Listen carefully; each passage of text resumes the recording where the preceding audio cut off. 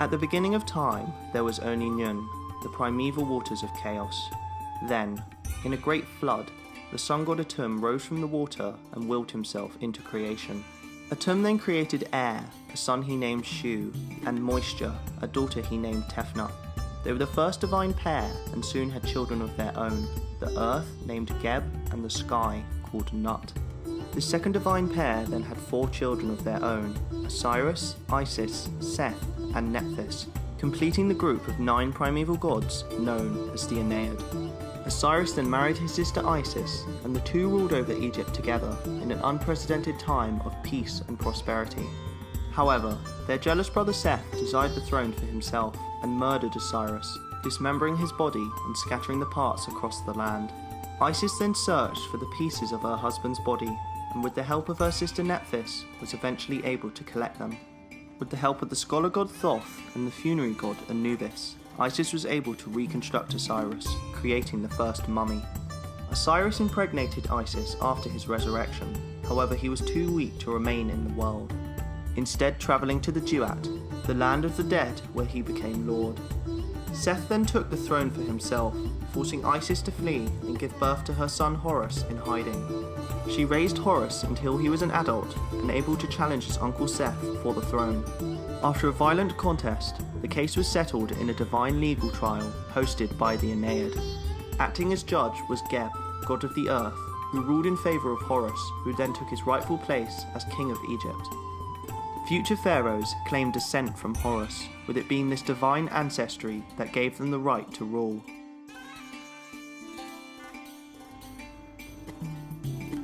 Amun, the Hidden One, was the foremost god of Egypt, thought to be the invisible force behind all things, even creation itself. Unlike other gods who were linked to only one aspect of the world, such as the sky, the earth, or the sun, Amun was a universal god who had links to all parts of the cosmos. His prominence also increased as he absorbed other gods throughout Egyptian history, taking on their roles and powers. The most important of these was his merger with the sun god Ra, combining to become Amun-Ra. In this role, he became linked with the sun, which was an essential part of the Egyptian world. It is in this combined state that Amun-Ra rose to prominence, becoming Egypt's chief deity and king of the gods. Amun became so widely worshipped that he came close to becoming the sole deity of Egypt, with the other gods merely being aspects of his great power.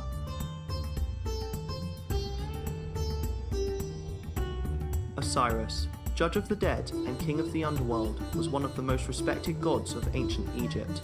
His story of death and resurrection inspired the Egyptians to follow in his footsteps and seek immortality for themselves.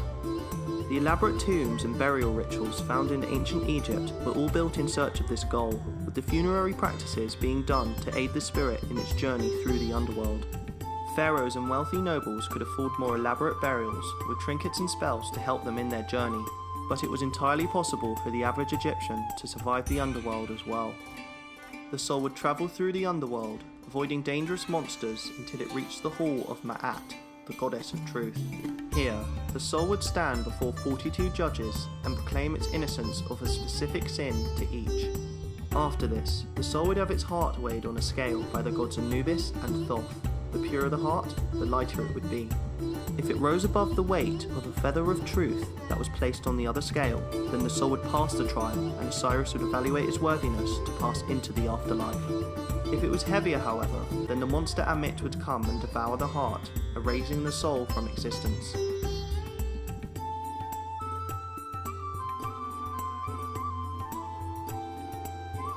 Egypt's most important goddess, Isis, was so beloved that her worship practically eclipsed that of her husband, Osiris. As mother of Horus, the god who represented kingship, she was thought of as the mother of the pharaoh, with each pharaoh thought to be under her protection. Her healing magic was invoked by ordinary people, greatly aiding her popularity, and she was thought to use magic to protect the entire kingdom from its enemies. Her magic was so strong that she even used it to challenge the mighty sun god Ra. She created a snake to bite him, only healing him of its venom when he revealed his true name to her, which greatly enhanced her power.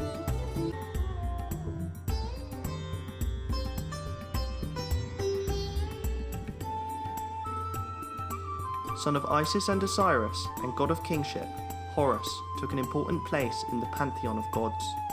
As the mythological rightful king of Egypt, each pharaoh was thought to embody Horus during life and his father Osiris during death. Horus was also considered to be Lord of the Sky, imagined as a great cosmic falcon whose right eye was the sun and left eye was the moon, with the downsweep of his wings producing the winds.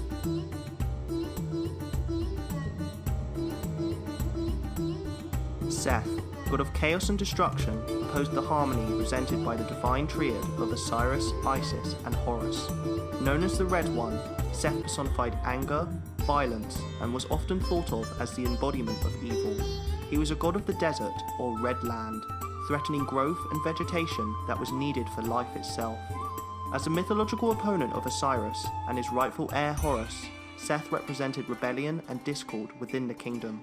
Seth was thought to express himself in the world through crime, disease, civil unrest, and foreign invasion. Despite all this, Seth played an important role in the nightly journey of the sun god Ra through the underworld. Every night, Seth would travel with Ra in his bark until the serpent Apophis, Ra's mortal enemy, attacked.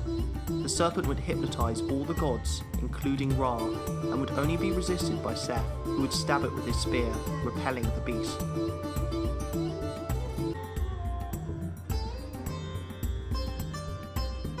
Arguably the most important deities of Egyptian mythology were the sun gods. Foremost of these gods was Ra, whose body was thought to be the sun itself. Ra was thought to have created man from his tears which fell to the earth. He then created kingship and ruled over his subjects as the first king, until he became old and weary. He decided to depart Earth and was raised up to the heavens on the back of the sky goddess Nut. It was here that he became king of the heavens, now ruling over the gods instead. It was thought that the scarab god, Khepri, represented the morning sun as he pushed the solar disk from the horizon to the sky, in the same way scarab beetles roll balls of mud along the ground. Ra represented the midday sun as he sailed across the sky in his day bark, from sunrise to sunset, accompanied by an entourage of gods. The creator god, Atum, was then thought to represent the setting sun each day. At nightfall, Ra entered the underworld on his evening bark and fought off his nemesis, the giant serpent Apophis, with the help of the gods travelling with him. Ra was rejuvenated on his nightly trip and was reborn anew each day at dawn to repeat the process all over again.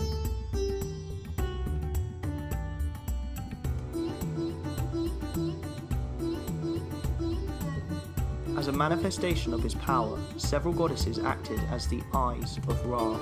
These goddesses were some of the strongest deities in Egyptian mythology, crushing the enemies of the sun god with their immense power. Because of their ferocious aspect, these goddesses were often depicted as lionesses. Most prominent of these lioness goddesses was Sekhmet, the daughter of Ra. She was known to breathe fire in battle, with the hot winds of the desert being known as the breath of Sekhmet. It was thought that when Ra grew old and tired at the end of his kingship on Earth, his human subjects plotted to usurp him. Ra sent Sekhmet to punish them, whose wrath was so intense that she nearly wiped out all of humanity. Not all of Ra's eyes were as ferocious as Sekhmet, however. Bastet was such a goddess, starting out as a lioness deity but transforming into a cat deity from the Middle Kingdom onward, as her ferocious aspects were toned down. She still fought for Ra, helping battle his eternal foe Apophis, but was also a protective deity, watching over women during pregnancy and acting as a nurse to the pharaoh. Some of the eyes took the form of a cow, symbolising their procreative role. One such goddess, Hathor, was the goddess of women and motherhood and was strongly connected with female sexuality. She was thought to watch over conception and childbirth. She was sometimes depicted as either the mother or wife of Horus, the god of kingship. Thus the pharaoh was called the son of Hathor, and queens were associated with the goddess. She was also linked to the afterlife, with women eager to assimilate with her after death, in the same way men wish to assimilate with Osiris.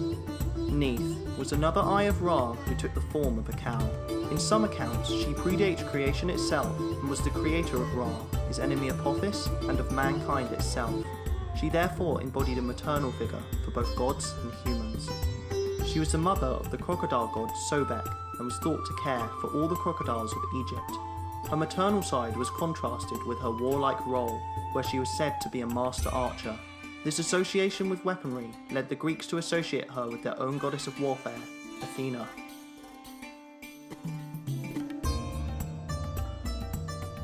Ptah was the god of craftsmen and the patron of the great city of Memphis, which was the first capital of Egypt after its unification around 3000 BCE. It was the view in Memphis that Ptah was responsible for creation, with him creating the world through thought and creative words. He was believed to be the sculptor of the earth, forming the planet and much on it on his potter's wheel. It was Ptah that created the arts and crafts, who then shared his gifts with humanity.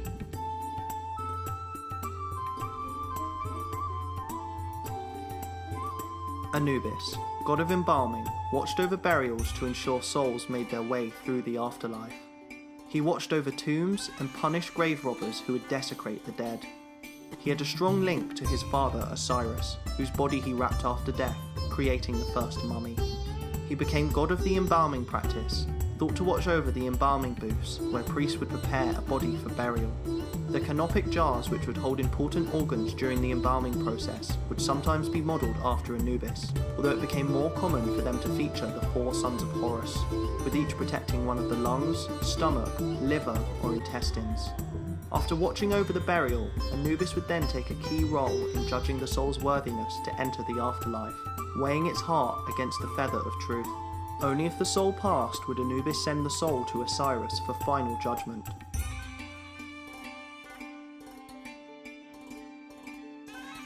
Thoth was the god of writing and knowledge, along with balance and harmony. He was thought to have been born from the forehead of Seth after he had eaten the seed of Horus. Thoth was a moon god and was thought to have healed Horus's eye when Seth injured it in their battle for kingship, the mended eye now thought to represent the moon. Thoth invented the art of writing and became scribe of the gods, recording the divine words as well as recording the passage of time and the reigns of pharaohs. He watched over his sacred houses of life, which were libraries or centres of writing attached to temples. His wife was Seshet, who herself was a goddess of libraries, writing, and a keeper of books. As a god of balance, Thoth took part in the judging of the dead, standing by when the heart was weighed and noting the outcome for his records.